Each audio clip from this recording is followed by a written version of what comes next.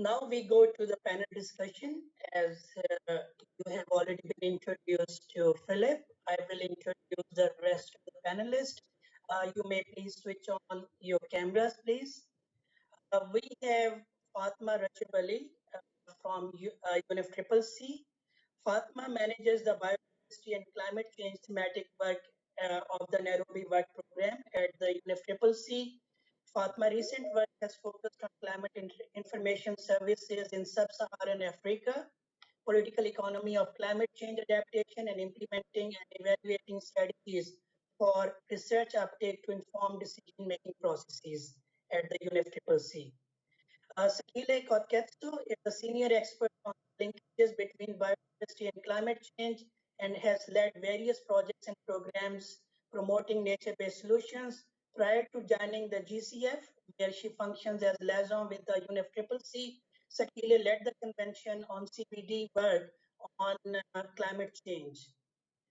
Barney Kapure is currently the Director for Biodiversity Risk Management in the Biodiversity and Conservation Branch at the National Department of Environment, Forestry and Fisheries in South Africa.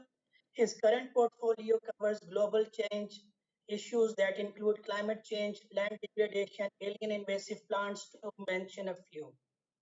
Angela Andrade is an anthropologist specialized in geography and holds an MSc in land ecology. She worked with the Colombian government for 14 years, and for the past 15 years, she has worked for the Conservation International, CI Colombia. At CI, she focuses on biodiversity and climate change policy and ecosystem-based adaptation, leading several projects in the country. She has served IUCN as chair of the Commission on Ecosystem Management since 2016. So now we will go to our all panelists, and I would request first to start the proceedings. We heard all the ministers that they are all doing their great efforts for scaling up initiative and all this. How can we utilize this to jump on to this aspect of while responding to climate change and addressing biodiversity collapse, how these two can be linked? And overall, also, any views you want to have on these ministers' statement? Philip, you already alluded to that, but any further point on that, how we can further build upon national initiatives with that?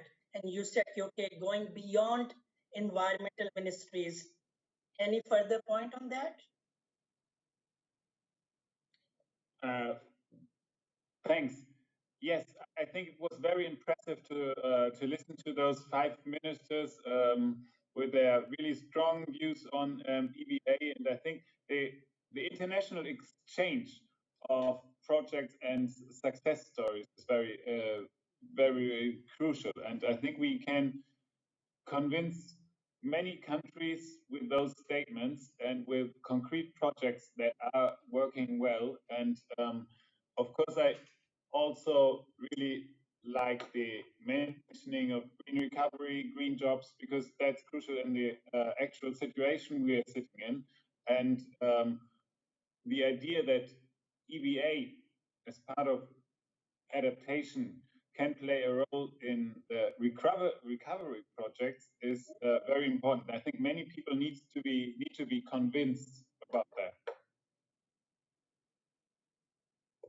Thank you, Philip. Barney, any views on the minister's statements? Thank you, and greetings to everyone.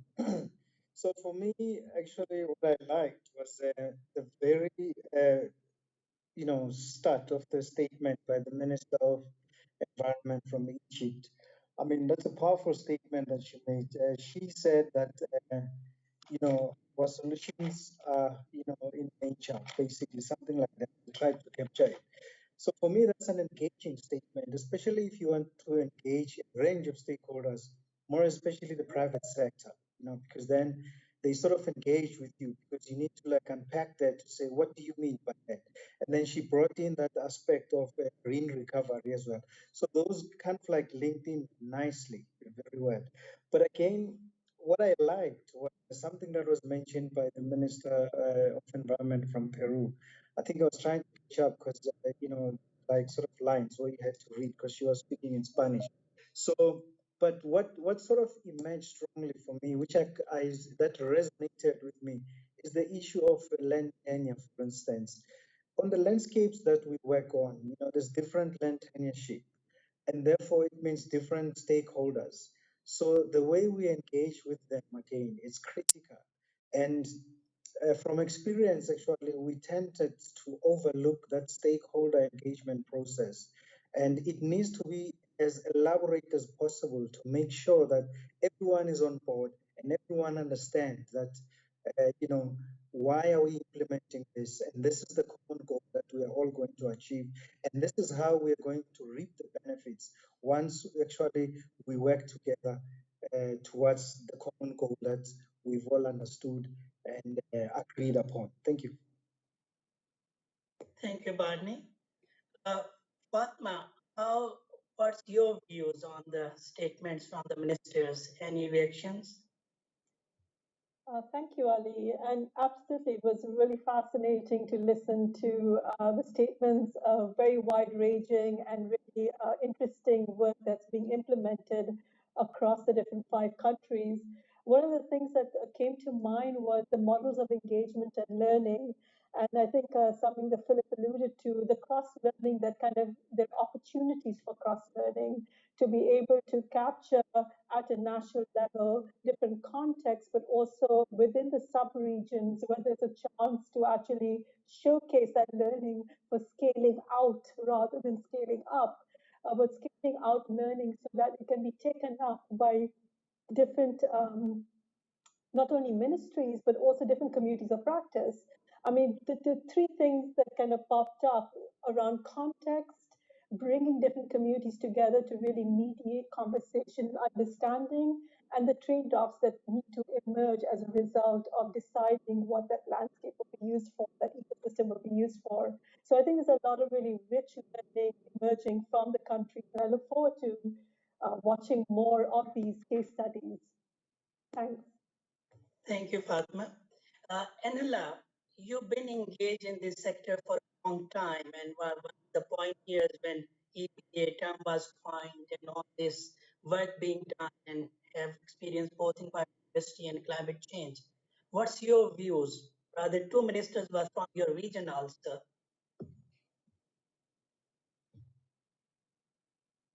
Sorry, you have to unmute. Sorry, Anila, you are muted.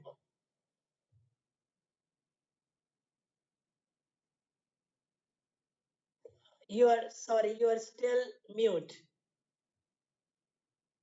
Okay. Yes, now it's better. Thank you. Apologies. Yeah, okay. So thank you, Ali, and greetings to all of you. I think from being one of the, as you mentioned, one of the organizations that started the EbA and all these discussions, I think it's interesting to see the evolution from having EBA as something isolated, I would say, framed in local projects. And what I've seen from all these presentations is that EBA is becoming the center of national policies. There are good examples of initiatives bridging the gap not only between climate change and biodiversity, but I recognize that from the statements of some of the ministers, there are also other challenges included in this in the potential of EBA. For example, some of them mentioned food security, water security. I would add also human health.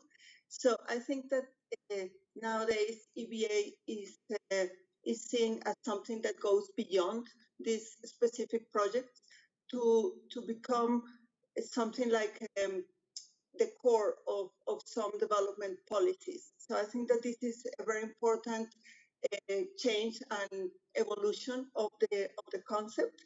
And I would like also to highlight some of the main of some key, let's say, words or concepts that came out also from these presentations. So I think that there are examples of mainstreaming. So it's interesting to see how EBA is becoming something that is embedded in the agricultural sector, in other sectors. Also, the need for synergies, and that was also highlighted by some cases. And the last one, I think that I would like to recognize, and that was mentioned already by before, the importance of recognition of the rights of local and indigenous people. So I think that these points are really interesting. Even if we had those topics at the beginning in the principles of EBA, it's becoming real. So I think that that's interesting to see the way the whole thing is evolving. Thank you.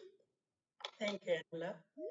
Sakila, you have seen also from sitting at CBD, leading the climate change environment investment, and then also now at GCF, being the point person for UNFCCC. How these, statements, they you see from that perspective?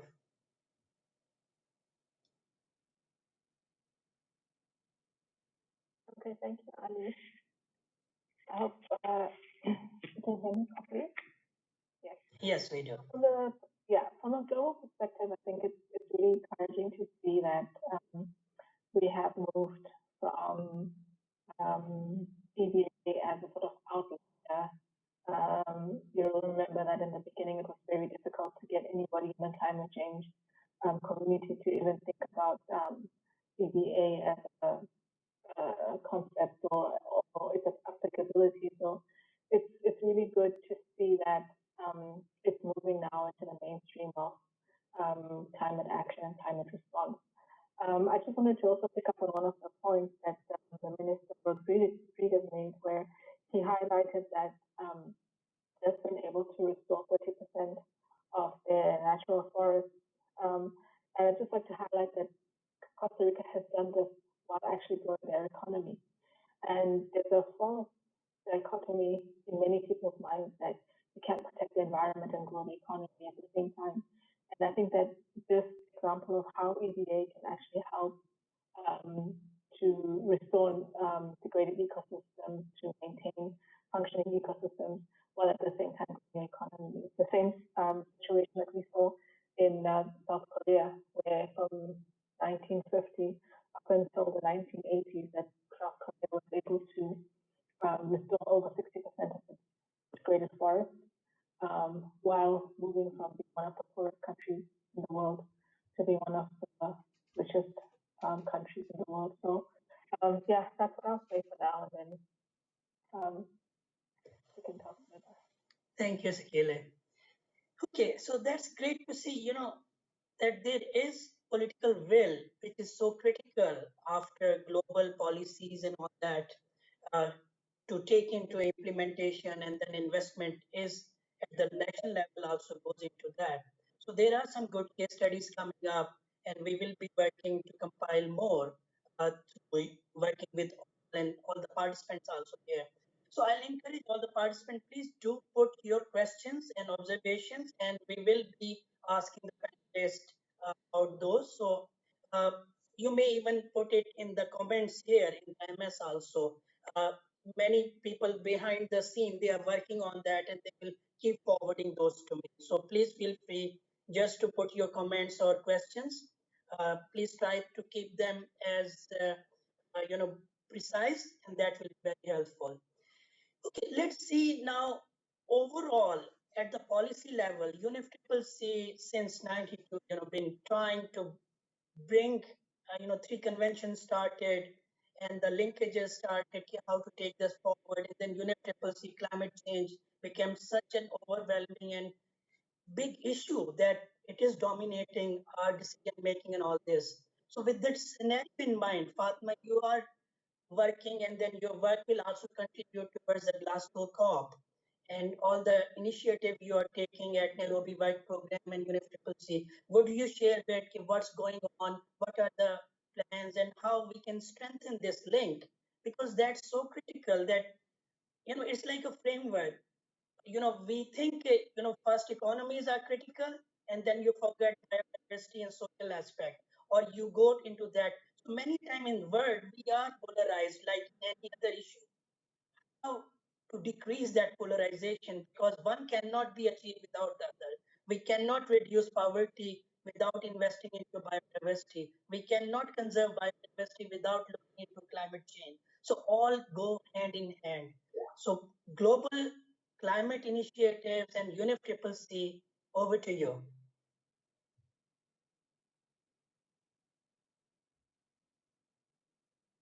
Can you hear me okay? Yes. Yes. Yes, please do. Go ahead.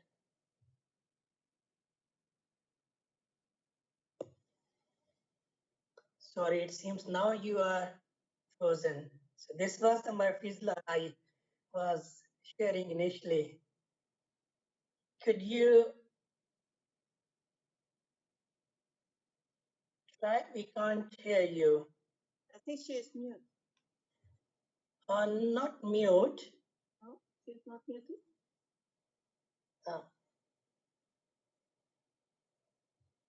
Fatma, we can't hear you. Okay, till this issue is resolved, Fatma, if you wanna rejoin, let's go. We'll come back to you. Let's see if technology, helps us. Sakile, again, because you were also at the global level, you led the climate change and biodiversity work at CBD and then now we're at GCF. What are your views in this, and how do you think we can move forward at the global level?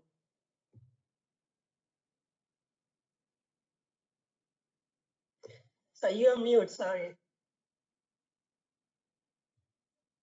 Sorry.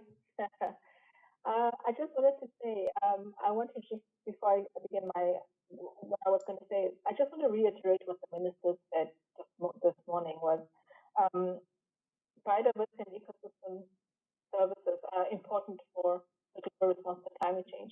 But not only that, they provide us with multiple benefits. And we've seen that many countries across the world where we've seen the job benefits, we've seen biodiversity benefits, we've seen climate benefits, we've seen sustainable development benefits. And so I just want to really, from a global perspective, to really reiterate the importance of EBA as going beyond boundaries, so to speak, of man-made boundaries.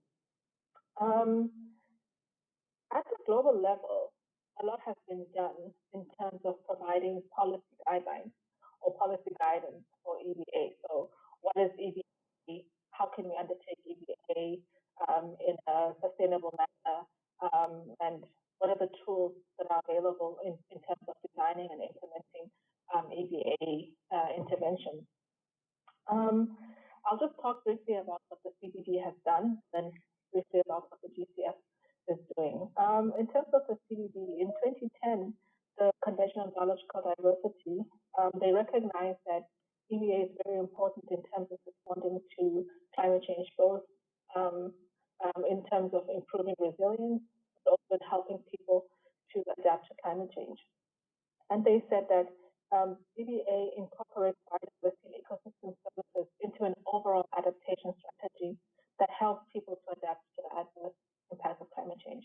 Now, this was the conference of the parties to the Convention on Biological Diversity in 2010.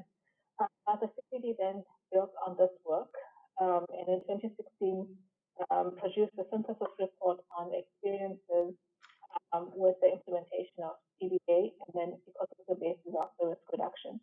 And this just was a synthesis of the experiences of different countries, different organizations, different communities on how they have experienced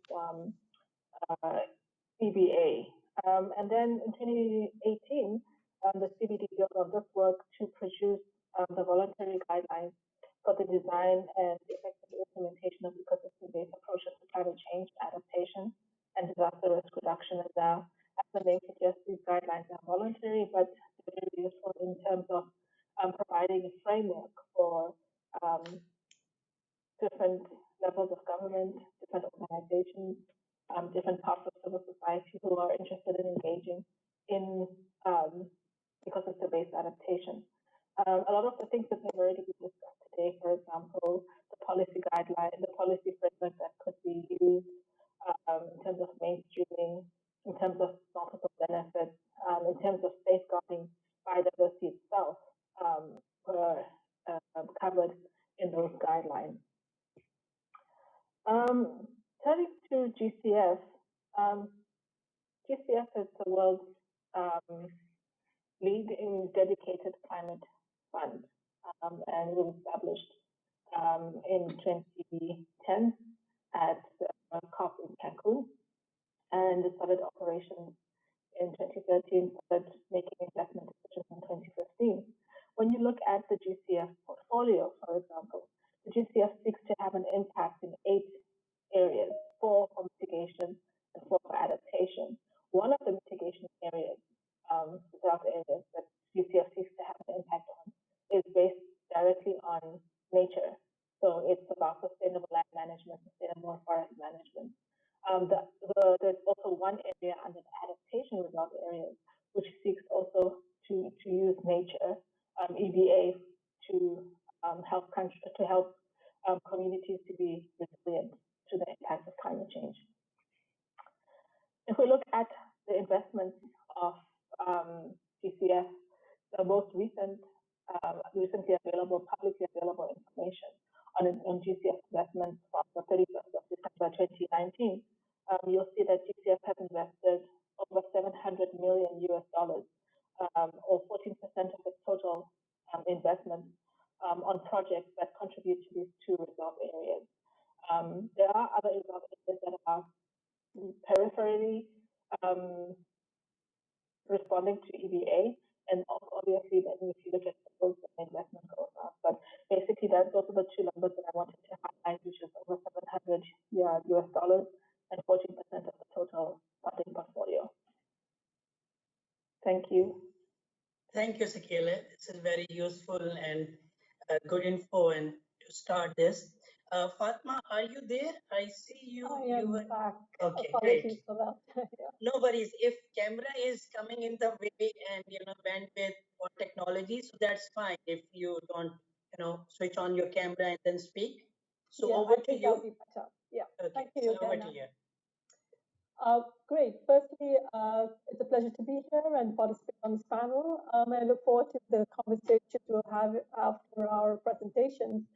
So just to give you a bit of a backdrop, the UNFCCC, which is the United Nations Framework Convention on Climate Change, has a long history of engagement on nature-based solutions, including ecosystem-based approaches, and has pointed out in the conversations we were having earlier, to protect ecosystems, we must deal with climate change, but also changes in resource use, in land degradation, with the inclusion of indigenous peoples. And to address climate change, we need to create a healthy ecosystem, which also includes equitable access to ecosystem services in order to build climate resilience. In other words, we need a comprehensive and integrated vision which considers all forms of life and sustainable use of the planet's resources. So we recognize that the Paris Agreement has noted the importance of ensuring the integrity of all ecosystems. And now nations must strengthen the ambitions of the new or updated National Climate Action Plans, known as the NDCs. So as noted by an earlier presenter, yes, what does that actually mean? So you have the NAPAs, you have the NDCs, there are multiple entry points of commitments that governments can make. But this is an opportunity to integrate considerations of EbA in the climate effort. What needs to happen, building on the existing work, is to further strengthen actions that are being pledged. And to date, under the NDCs that we have received, more than 80 governments identify ecosystems and or biodiversity as an adaptation priority. And they look and are implemented in a variety of different manners. So further monitoring and evaluating impacts to kind of scale out those actions would be, I think, the next step forward. We have many opportunities to forge ahead, but as highlighted, there are a number of challenges that we need to overcome as part of that.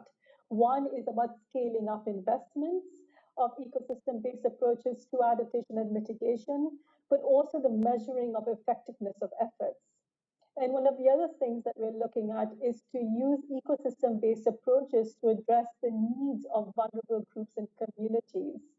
And this is an ongoing effort by the Least Developed Countries Expert Group, the LEG, which is a constituted body sitting within the UNFCCC.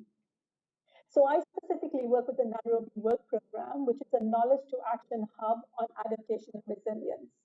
And the NWP is a very unique UNFCCC stakeholder platform because it connects parties and non-party stakeholders with the aim of supporting informed decisions on practical adaptation actions and measures.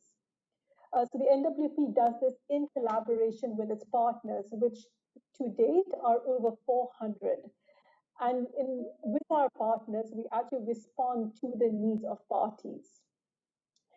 Many of you are familiar with NWP's work because many of you are our partners. And I know that you've worked with Regina Mandra, who has been leading on many of the thematic areas of work, including EbA and water resources, and most recently, our work on the ocean, coastal areas, and ecosystems work. So this is a very strong foundation of collaboration that we have within this existing community. Over 2020 and 2021, we will be focusing on biodiversity. We've been mandated to focus on biodiversity with an emphasis on forests and grasslands. And building on our previous thematic work, with an ecosystem lens, we aim to address the intertwined nature of climate change and biodiversity and the implications this has for people and their livelihoods.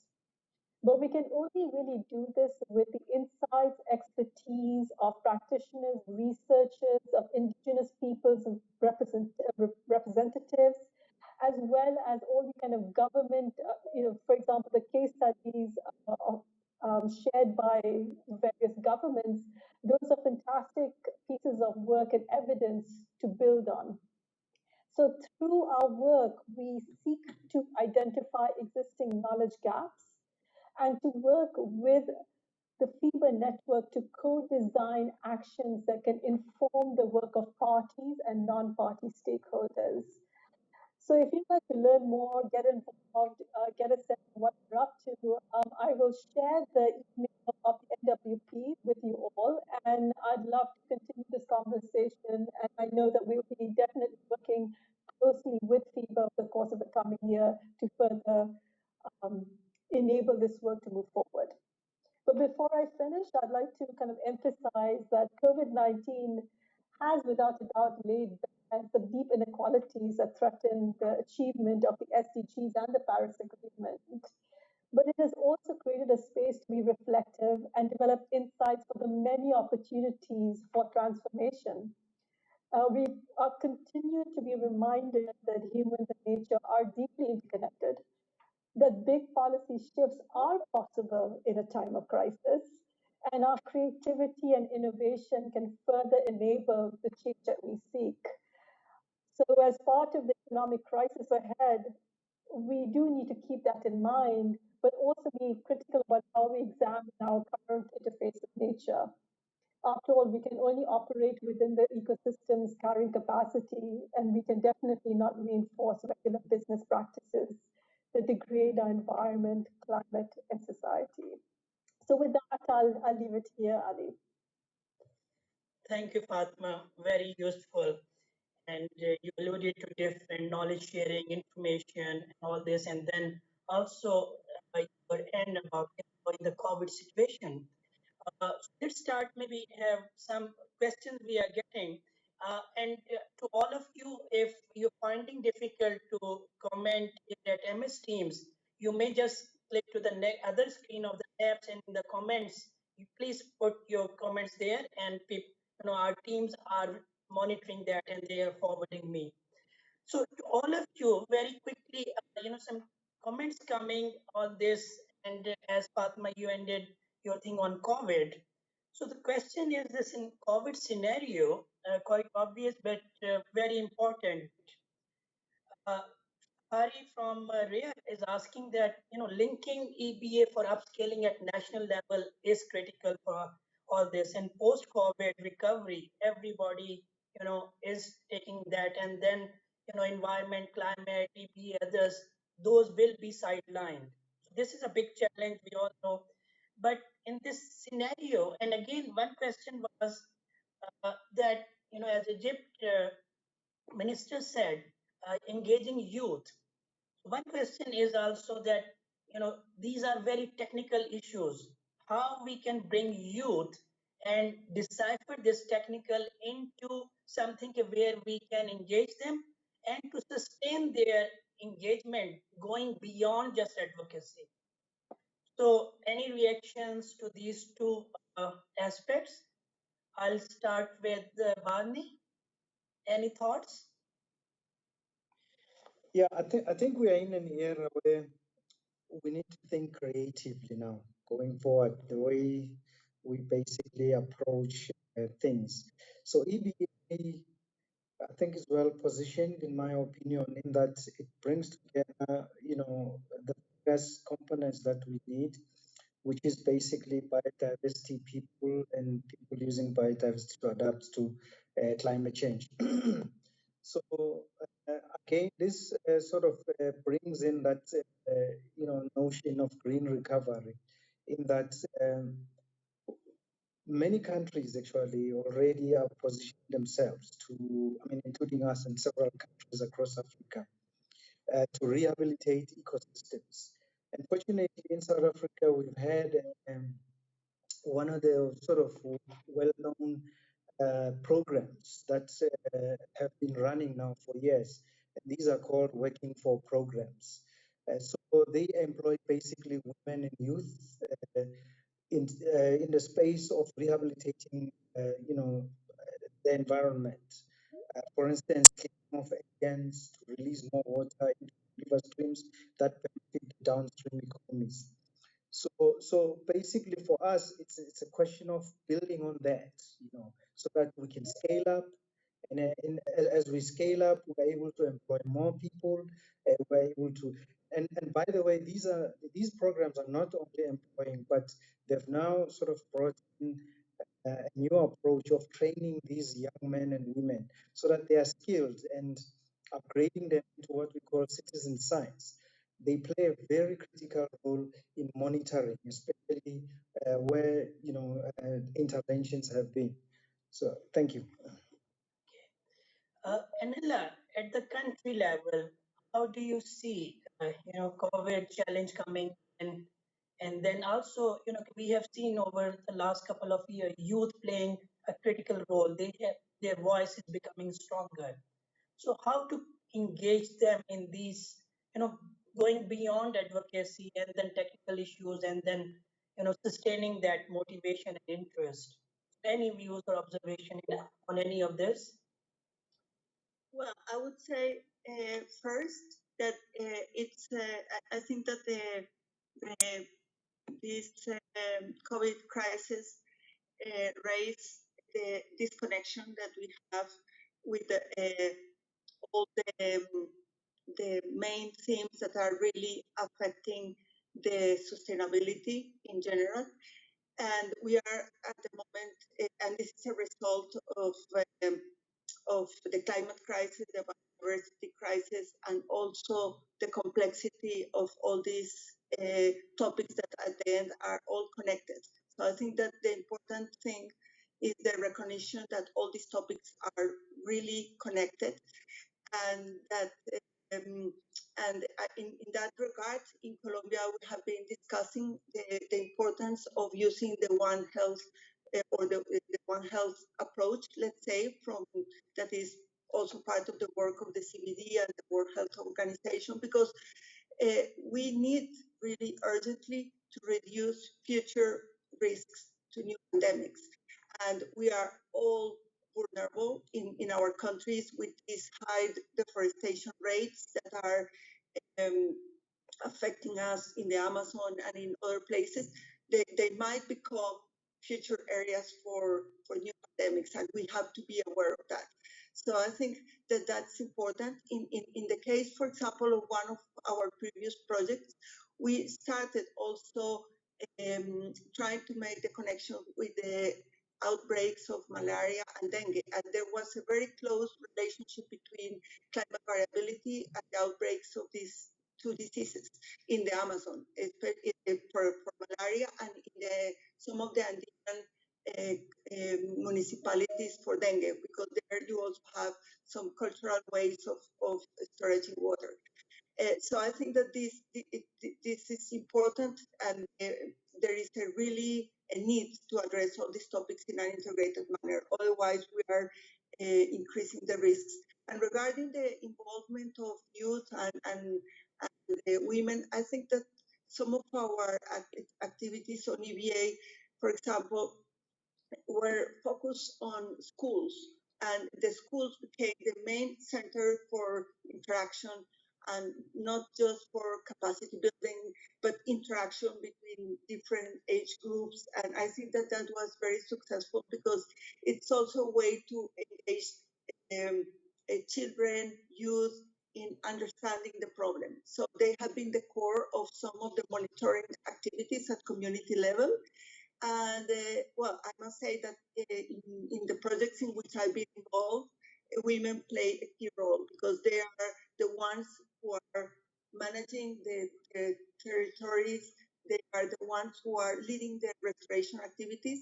And at the end, they are the ones who are empowered, and they play really a key role in the whole whole thing. So I think that when we scale up all these activities, for sure, the youth, especially in rural areas, and women will play an important role.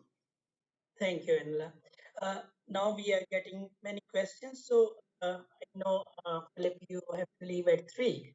Any views on this, and especially youth engagement? How we can ensure that women, youth can, we sustain overall, not just from ICIs, but where we're working together, in these movements and national planning processes and all this. And we have seen over the period they are doing a lot of advocacy, but going beyond, they find it difficult. And so, any views on that, please?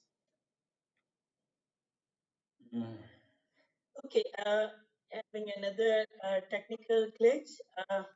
I was actually going to share something, Ali. Yes, so with regards to engagement of youth. One of the things that we're trying to do more of is work with universities and work with master student level or even undergraduate level to explore how students can actually gain expertise and insight into a particular thematic issue. And in this case, it would be potentially issues around EbA, and to be able to bring in new innovative ways of looking at these challenges we're facing by specifically identifying a particular research gap that there may be, and to be able to fill it by working with specific organizations at the national level based on their needs, a demand-driven process rather than just being supply-driven.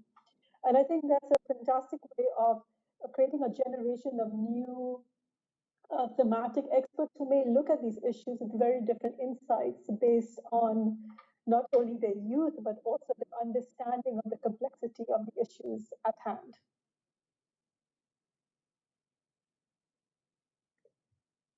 Thank you, Fatma. Yes, that's, I think, one way, very practical way of engaging at the universities level and national organizations who can help us move forward.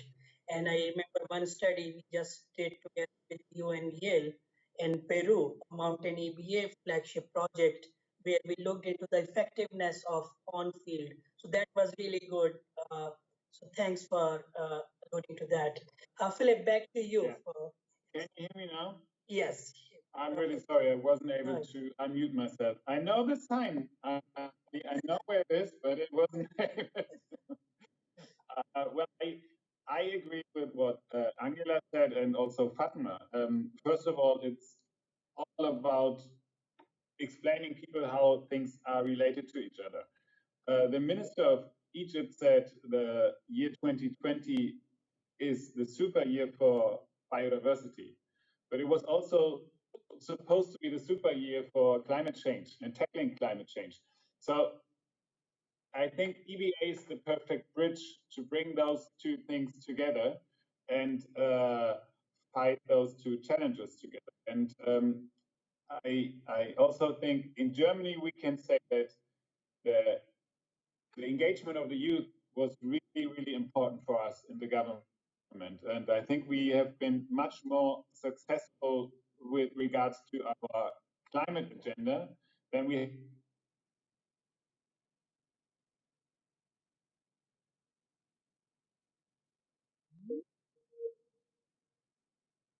I think also it's important for us to also have them on the International Policy Forum because I see in many countries that youth are able to self-organize. And so when it comes to a practical level, I think that in terms of also implementing EBA practical youth, we'll be able to also self-organize, able to see opportunities and to implement those opportunities. So that's just what I wanted to say on the youth side as well. And then in terms of the green recovery, obviously, everybody has already said how it's important to really mainstream environment into the green recovery, and that EBA is a very good hands-on approach because it answers many needs. It answers the need for climate protection, biodiversity protection, but it also it answers the need for promoting jobs because one good thing about EBA is that you can't outsource the jobs. They can't be done by machines, and they're very local in their nature. So I think that that's a very good way to promote EBA as a facet for the green recovery. Thank you. Thank you, Sekile. Very good suggestions and practical ones which can be taken up and followed up, engaging youth more in these discussions, and then again job related that also because AI is taking over, but in some areas there are still limits, and we should maximize on those. Okay, Barney, at the national level, the achievements and how, because adaptation is not just one sector, it is intersectoral. We need to link with so many, and some of the questions also coming on those. So, what are your experiences in South Africa, in the region? How you're bringing climate, biodiversity, all these linkages, and it policies and at operational level? Over to you, Barney. Thank you, Chair. Yes. So, fortunately, in South Africa, EBA has been recognized as one of the key responses to climate change, and as such forms part of the country's national climate change response policy. So and this helped a lot indeed. So, it made it easy also, or rather paved the way for the development of EBA strategy and the associated guidelines, to take EBA into implementation. So, following the development of the EBA guidelines and the strategy, the next thing was now to engage, policies and make sure that we find a way of mainstreaming EBA into the policies. And we had to be really strategic with these and find the key ones, the entry points. For instance, the National Development Plan, which is an overarching policy that basically speaks to all the sectors and development in general across the country. So that was like one of the ways to start. But then we also went further to mainstream it in the National Biodiversity Strategy and Action Plan, as well as the National Action Program under the United Nations Convention to Combat Desertification. So this gave us an opportunity to bring all these Rio conventions together. and under the theme of EBA. So furthermore, in South Africa, we have a number of, programs that are contributing to climate change adaptation and mitigation. And with many of them linking biodiversity conservation and socio-economic development. For instance, we have what we call the Biodiversity Stewardship Program and the Land Care Program, or the Expanded Public Works Program, which I alluded to earlier on. So these were like strategic areas of what we call the entry points, because we knew that already there's been activities elsewhere that have been happening. So it was like one of the ways of finding a way to mainstream EPA in these areas that already exist and that are underway. So we are currently working on um, taking it to implementation now. And this is basically one of the things we are working on and putting together is a project which is destined for the global, the Green Climate Fund. It will be on TRR, so it's still under and being worked on. But more importantly, I think we are arguably the first country to do that. We had a stab at mapping what we call ecosystem priority areas across the country.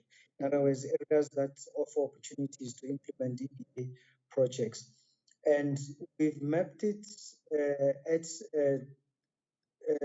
districts and local municipal level, so that it aligns with other activities. And because nationally in the country, we've introduced what we call um, the district implementation model, which facilitates implementation right from national to all the way to local government level, in order to enhance that program. But there's been some interesting lessons as well in terms of challenges that we had to learn from.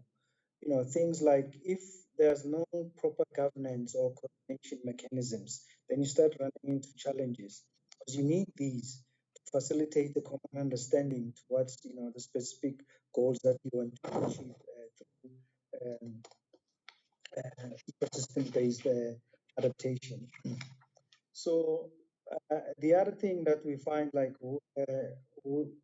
presented would have presented challenges, is could have been the absence of the capacity in the form of institutions, especially scientific, because whatever we do in the space has to be guided by science a lot.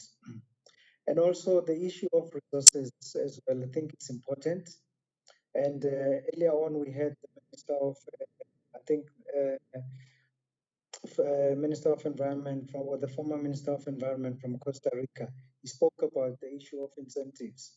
So what we found is, well, what works well, that encourages landowners actually to take up and implement activities such as ecosystem-based adaptation. But again, what we've learned in the process is that to get EPA going, sometimes you need to invest in what we call pilot projects, because some landowners actually are a bit skeptical with new ideas, new approaches. So if you have a way of demonstrating these, then that works perfectly.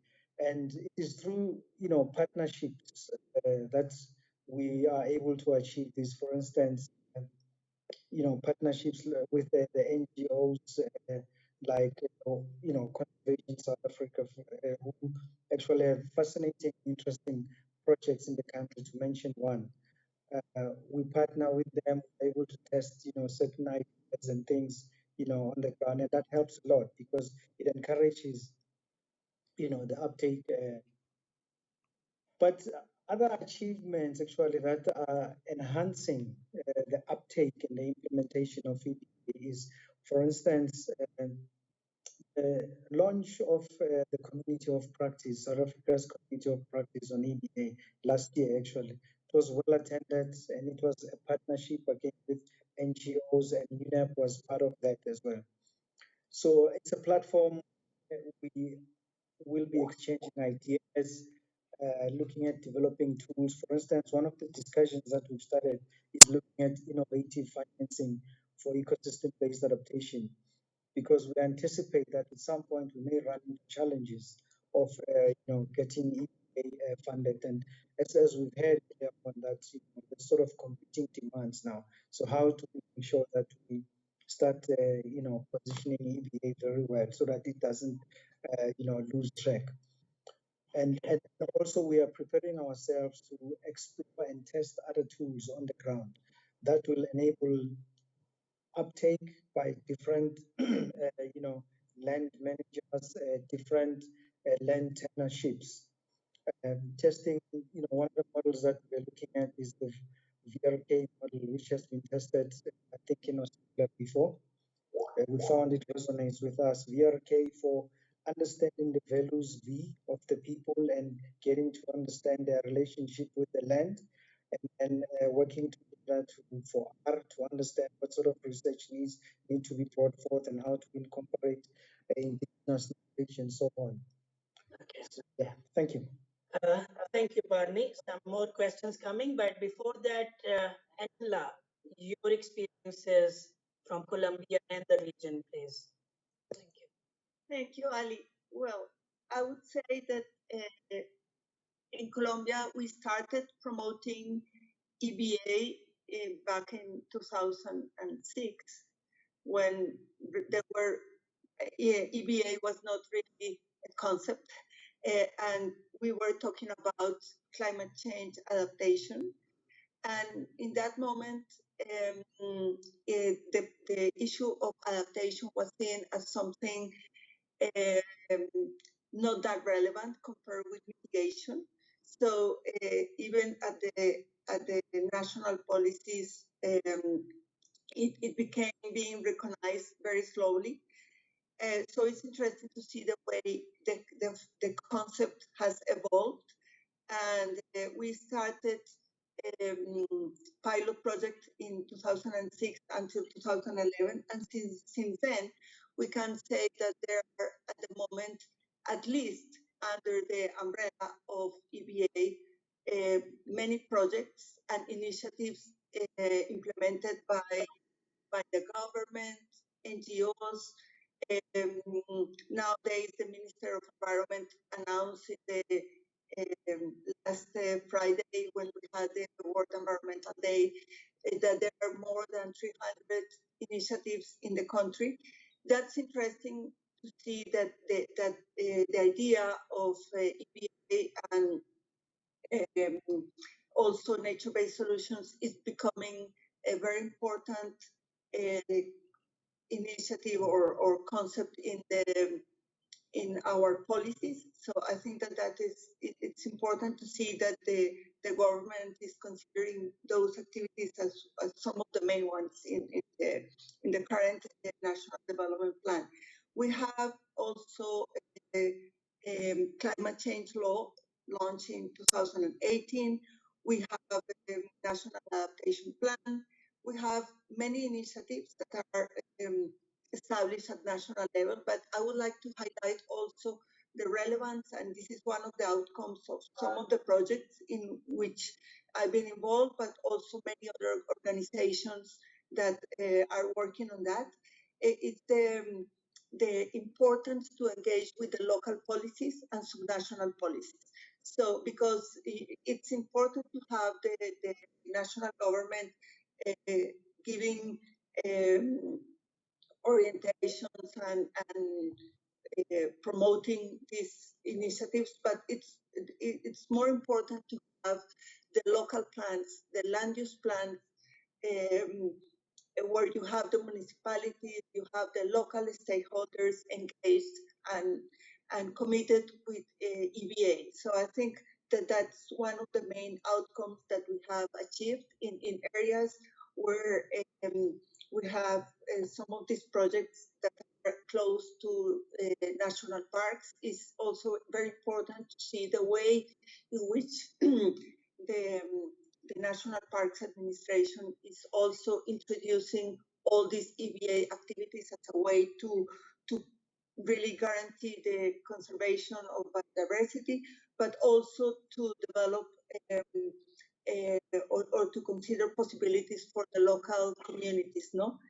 I would like to also to highlight and regarding the issue of the land use plans, the local land use plans, the way in which other ministers have been involved in the process. And if I go to the area where we have some of our activities implemented by CI, which is high mountain ecosystems, most of the actions involve or include activities that were mentioned by some of the ministers, but here I see that this is the main challenge that we have in the future. No? So the introduction of restoration actions, we have outcomes in many projects related to the increase in land cover. We have, but mainly related to the improvement of agroecological systems at local level. So this connection between agroecology and EBA, for me, it's one of the main outcomes and the most important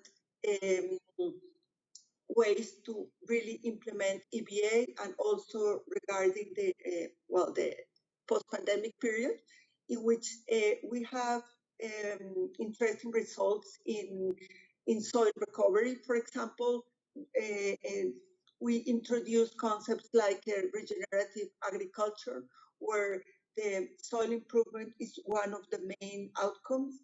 We have interesting results on that, even if these projects are, 4 or 5 years, the traditional GF project, but we have already evidence that about the recovery of the quality of the soils when you start developing these kind of agricultural practices, also increasing the food security for local communities.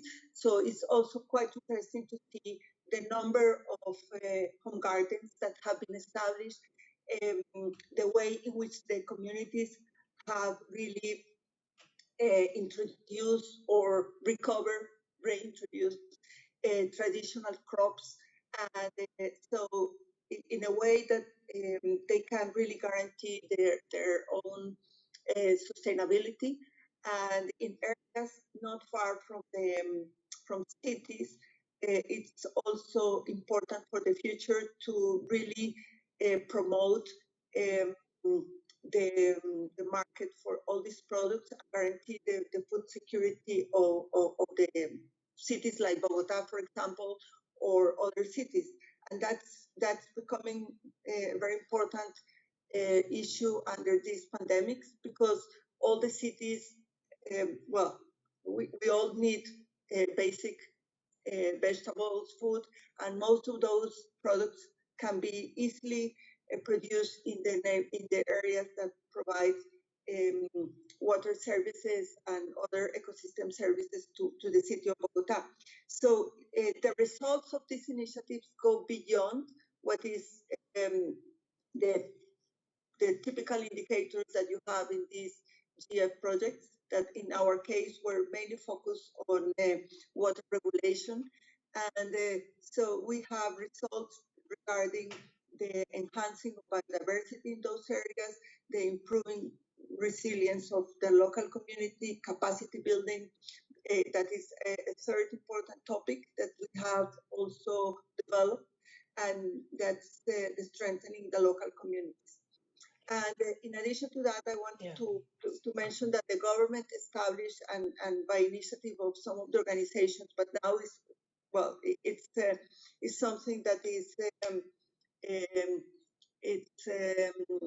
it's becoming regular. It's the National Roundtable for Monitoring and Evaluation of EBA projects. So there we have regular meetings to review and to interact with other projects.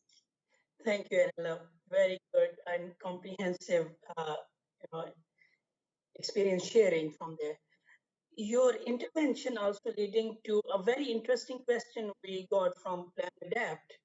Martin asking, and I'll leave it to all of you to please respond very quickly because there are so many other questions.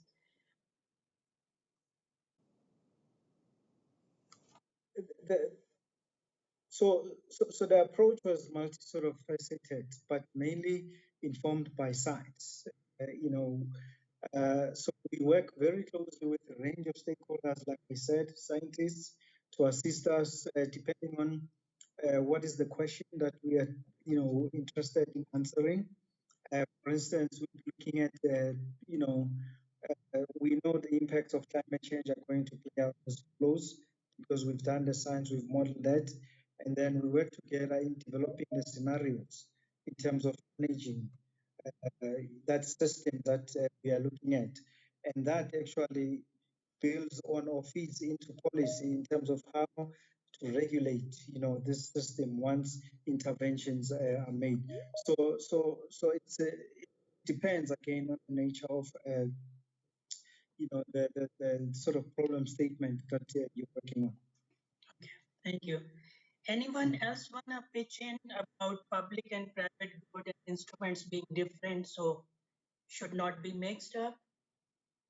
Yeah, well, I would say that, for example, in the experience that I have, I think that it's very difficult to separate both things because, for example, most projects in high mountains are focused on water management, but usually water management goes beyond the farm, and then you have the public sector regulating and controlling the use of the water. But then, and in this case, for example, the activities that you develop at farm level could be understood as private because at the end, the people who benefit from the results are the local families and the people who are living in those areas. But I think that they also provide a good additional benefits, let's say, in the way that these people, whenever they get benefits, they will remain in those areas. They will improve their connection with other communities, and that's something that it's important because in some areas the local communities are abandoning the area because usually they don't get enough revenues from the traditional farming system. So nowadays, when they see the possibility of producing other goods, they can really remain in those areas and also get additional benefits. But for that, I think that this is one of the main challenges that we have in the future is to improve the complete food chains, no? That in some cases the markets are not good enough to really absorb all the products that these communities are producing.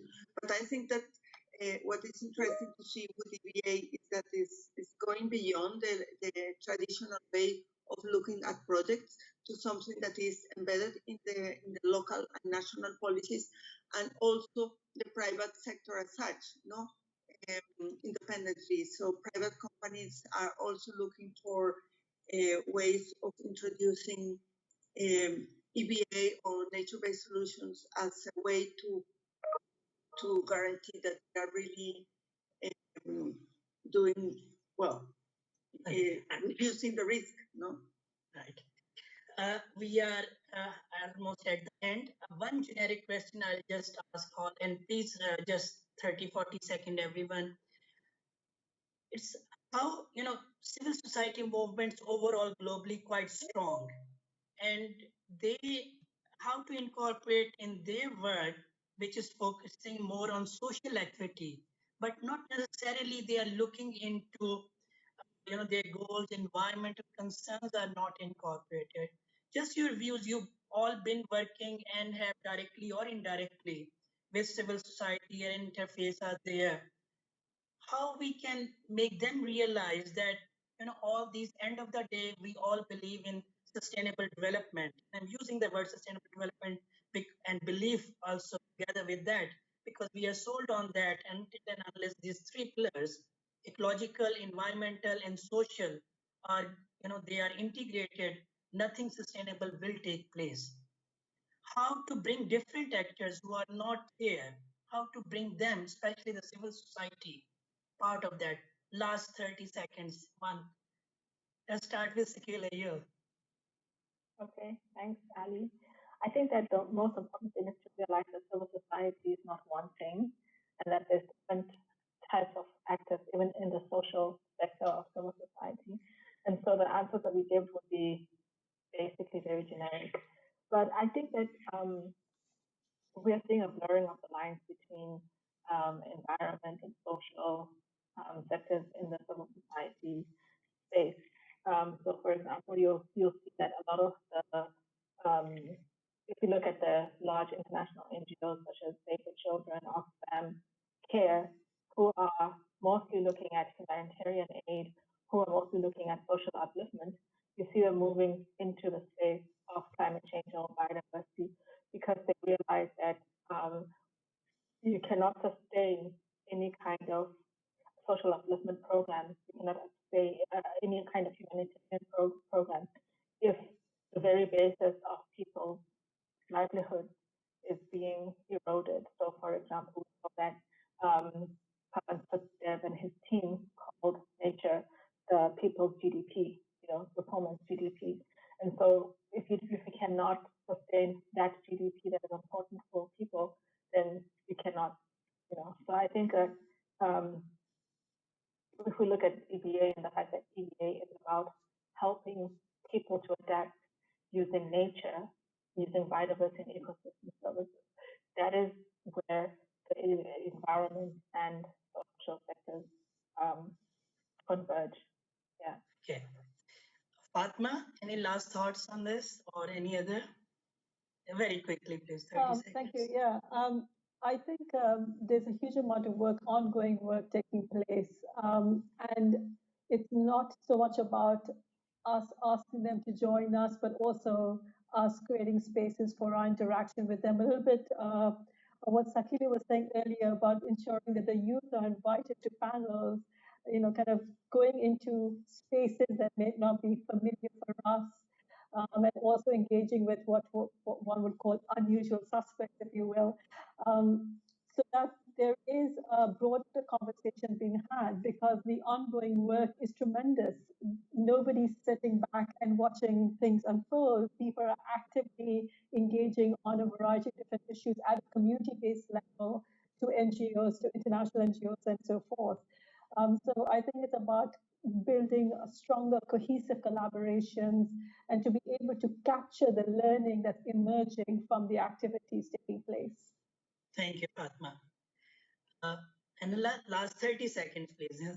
I would say that it's extremely important to improve the dissemination of knowledge and showing with examples how everything is connected, because and we can make profit, if I can say so, of the current situation of the pandemics, highlighting that if we really would like to reduce the risk to future pandemics, we have to deal and address all these challenges in an integrated manner, avoiding trade-offs, avoid negative trade-offs or additional problems in for future generations. So I think that the main message is to show that everything is connected. Thank you. Pardon me, last 30 seconds, please. Yes, I agree with everyone. And just to add that in our case, fortunately, we work in partnerships, strong partnerships, and working with NGOs that are well established in communities. So we utilize those platforms, and they've already done a great job for us in helping to unpack these hard technical concepts. So people are now, into the swing of things. So those are some of the, conduits or entry points that we are using. Thank you. Thank you, Barney. Thank you all.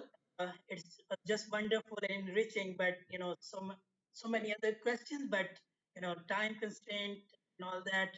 So overall, EBA is quite comprehensive approach. As earlier said, it encompasses all the principles of sustainable development. I often say that EBA is embodiment of sustainable development in climate change context. So we can achieve a lot while working jointly in an integrated manner. But challenges are how to take it forward, how to invest, and also very robust monitoring, evaluation, action on ground.